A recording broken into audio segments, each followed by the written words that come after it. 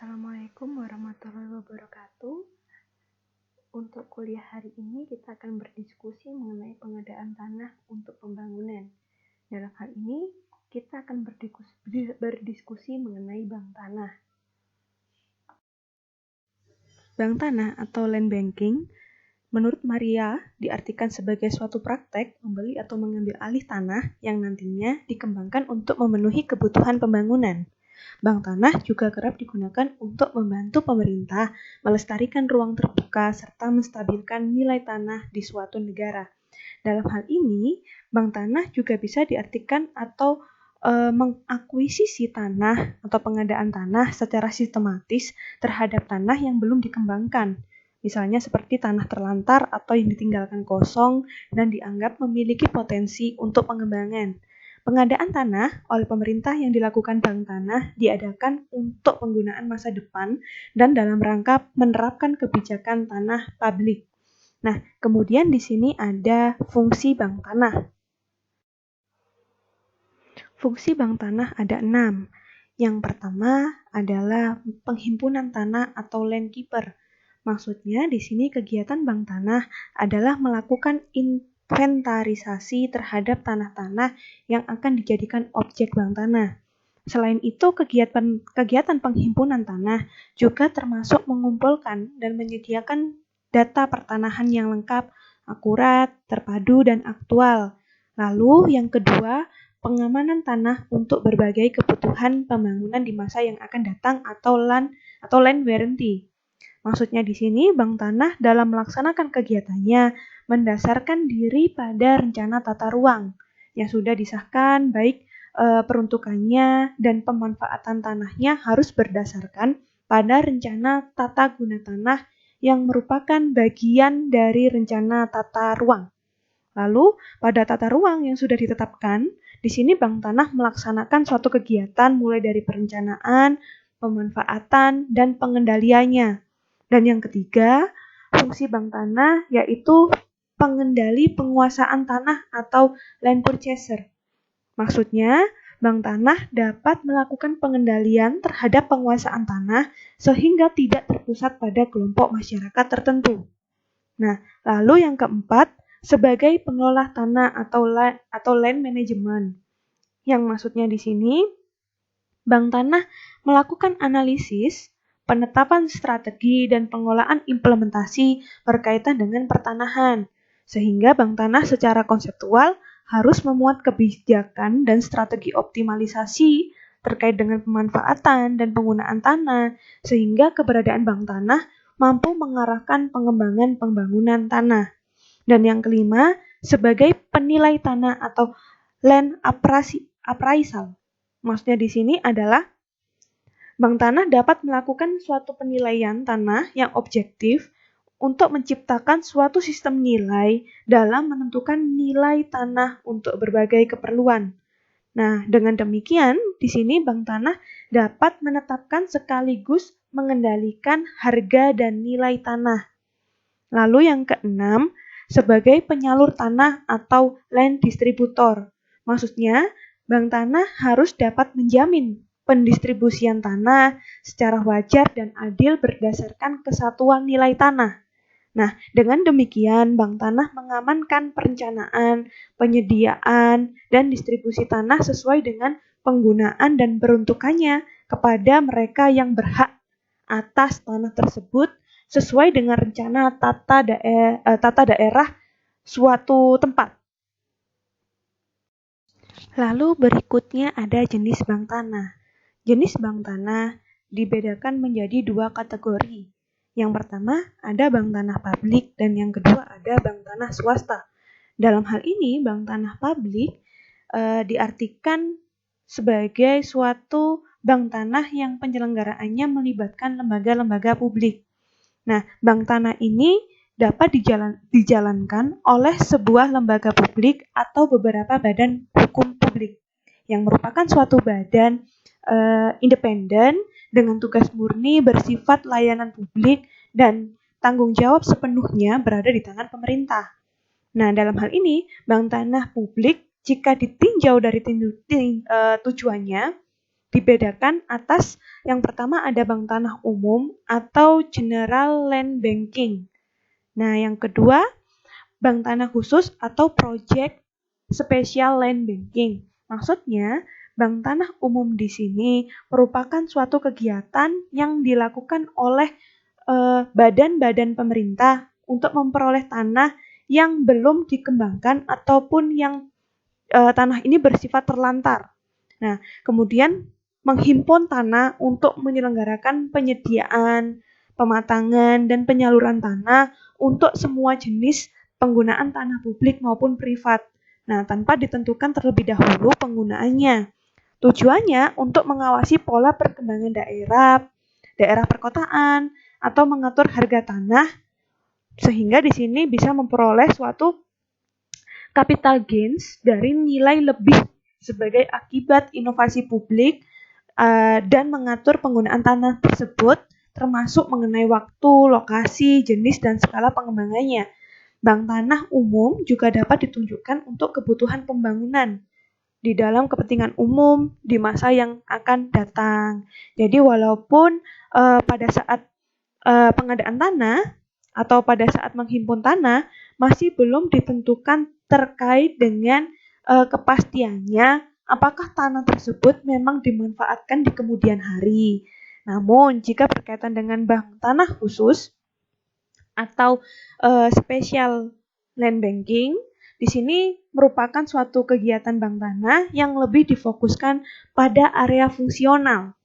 Nah, gunanya penyediaan untuk pembaruan suatu daerah, perkotaan, pengembangan industri, pembangunan rumahan, dan sangat sederhana lagi bisa digunakan sebagai untuk fasilitas umum. Nah, juga melayani penyediaan tanah untuk misalnya contohnya ruang terbuka hijau. Nah, kalau bank tanah khusus ini lebih ditunjukkan pada kepentingan pembangunan yang sudah ditentukan peruntukannya maupun waktu pelaksanaannya, sehingga bank tanah khusus tersebut juga disebut sebagai bank tanah proyek. Lalu yang kedua ada bank tanah swasta. Maksudnya bank tanah swasta di sini yaitu dijalankan oleh pihak swasta. Nah, badan hukum swasta lah yang akan menjadi pemegang saham bank tanah ataupun sebagai pendana dalam bank tanah. Bank tanah swasta ini dapat dijalankan oleh perorangan atau perusahaan swasta. Nah, bank tanah swasta sebenarnya ini implementasinya sudah dilakukan di Indonesia. Namun, lembaga bank tanah swasta ini secara konseptual belum dikenal secara luas, tetapi kenyataannya sudah berjalan, baik swasta lokal, nasional, ataupun internasional. Lalu di sini ada objek bank tanah. Yang pertama, yang menjadi objek dari bank tanah ini bisa tanah-tanah hak termasuk tanah hak ulayat atau tanah adat ini rekan-rekan. Dan yang kedua ada tanah yang dikuasai oleh negara yang terdiri dari berbagai kategori. Misalnya tanah terlantar. Hari ini tanah terlantar itu bisa menjadi tanah yang dikuasai oleh negara berdasarkan pasal 1 ayat 6 Peraturan Kepala BPN RI nomor 4 tahun 2010 tentang tata cara penertiban tanah terlantar. Nah, di sini maksudnya tanah terlantar adalah tanah yang sudah diberikan hak oleh negara berupa hak milik, hak guna, usaha, hak guna bangunan, hak pakai, hak pengelolaan, atau dasar penguasaan atas tanah yang tidak diusahakan, tidak dipergunakan, atau tidak dimanfaatkan sesuai dengan keadaannya atau sifat dan tujuannya. Lalu yang kedua ada tanah bekas atau tanah partikelir. Ini maksudnya adalah tanah bekas kepemilikan pribadi. Nah, lalu yang ketiga ada tanah aset BUMN atau BUMD yang belum dipergunakan. Dan yang keempat ada tanah aset departemen atau lembaga pemerintah non-departemen atau tanah dari pemerintah daerah yang belum digunakan. Lalu yang kelima ada tanah negara yang berasal dari pencabutan hak atas tanah. Kemudian ada tanah fasilitas sosial, fasilitas umum yang diserahkan kepada developer. Yang ketujuh, ada tanah fasilitas sosial atau fasilitas umum hasil dari konsolidasi tanah. Yang kedelapan, ada tanah negara yang berasal dari pembebasan tanah. Dan yang terakhir adalah tanah absente. Lalu, tanah-tanah yang jadi objek bank tanah tadi dapat dipakai untuk kebutuhan pembangunan, antara lain adalah untuk kepentingan umum, infrastruktur, pengembangan kota, modernisasi desa dan ketahanan pangan, kemudian untuk kawasan industri, bisnis properti, atau pencegahan terhadap bencana alam. Lalu berkaitan dengan faktor-faktor penentu keberhasilan bank tanah, di sini ada 3 faktor. Yang pertama yaitu regulasi, yang kedua kelembagaan bank tanah, dan yang ketiga pembiayaan bank tanah. Maksudnya di sini regulasi itu sebagai suatu hal atau upaya untuk membuat suatu peraturan perundang-undangan. Hal ini supaya mempunyai suatu kekuatan hukum yang mengikat, jadi ada kepastian hukum. Nah, harapannya regulasi di sini bisa membuat suatu aturan atau arahan terhadap bank tanah bisa bekerja sesuai dengan fungsi dan tujuannya, sehingga bisa mendatangkan suatu keadilan, kesejahteraan, dan mendorong peningkatan kemakmuran masyarakat. Sehingga selain daripada hal itu, stakeholder yang terlibat dalam bank tanah dalam regulasi ini harapannya bisa menjamin persamaan kepentingan seluruh stakeholder, baik dari pemerintah, swasta, maupun masyarakat. Nah, regulasi bank tanah ini seharusnya bisa ya berkontribusi terhadap aspek-aspek seperti meningkatkan kesejahteraan rakyat untuk mencapai suatu kemakmuran di sini maksudnya. Kemudian meningkatkan kesejahteraan masyarakat yang berkeadilan melalui suatu pendistribusian tanah, lalu menyediakan tanah secara fisik guna kesinambungan pembangunan baik untuk kepentingan umum ataupun kepentingan komersial. Lalu dapat mengendalikan harga tanah sehingga terjangkau. Jadi masyarakat bisa menjangkau harga tanah tersebut. Lalu untuk faktor yang kedua yaitu kelembagaan bank tanah. Nah, kalau di negara kita, penyelenggaraan bank tanah seharusnya berbentuk badan hukum publik. Nah, karena bank tanah mempunyai wewenang dan tanggung jawab yang besar yang menyangkut kepentingan masyarakat banyak.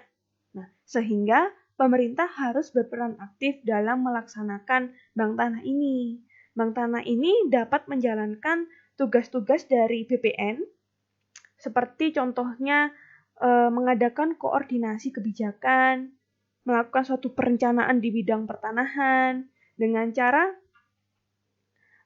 menyusun suatu rencana terkait dengan persediaan, peruntukan, penggunaan, dan pemeliharaan tanah melalui penatagunaan tanah ya di suatu daerah. Lalu yang kedua, bisa mengadakan pengawasan dan pengendalian kepemilikan tanah dengan cara mengadakan pemantauan dan evaluasi pada penggunaan, pemanfaatan. Nah, dalam rangka di sini distribusi tanah termasuk pada konsolidasi tanah. Lalu berikutnya bisa melakukan suatu pengelolaan tanah di bidang informasi pertanahan. Lalu yang ketiga, faktor yang mempengaruhi adalah pembiayaan bank tanah. Nah, masalah pembiayaan bank tanah merupakan hal yang sangat penting ya, terutama pada tahap pelaksanaannya. Pembiayaan bank tanah ini tergantung pada banyak faktor, misalnya struktur bank tanah, tujuan dari bank tanah, skala operasi. Nah, dengan demikian bank tanah itu bisa sangat bergantung pada adanya sumber dana yang stabil dan berkelanjutan. Kalau di dalam dunia pengadaan bank tanah, ada 2 bentuk terkait dengan bantuan pendanaan. Yang pertama, bantuan program biasanya diberikan oleh suatu negara atau lembaga pendanaan internasional ke suatu negara tertentu dan berkaitan dengan program pembangunan tersebut. Lalu yang kedua, bantuan proyek. Bantuan proyek ini diberikan dalam bentuk fasilitas pembiayaan untuk membiayai berbagai proyek pembangunan yang bisa berupa hibah, pinjaman, atau investasi.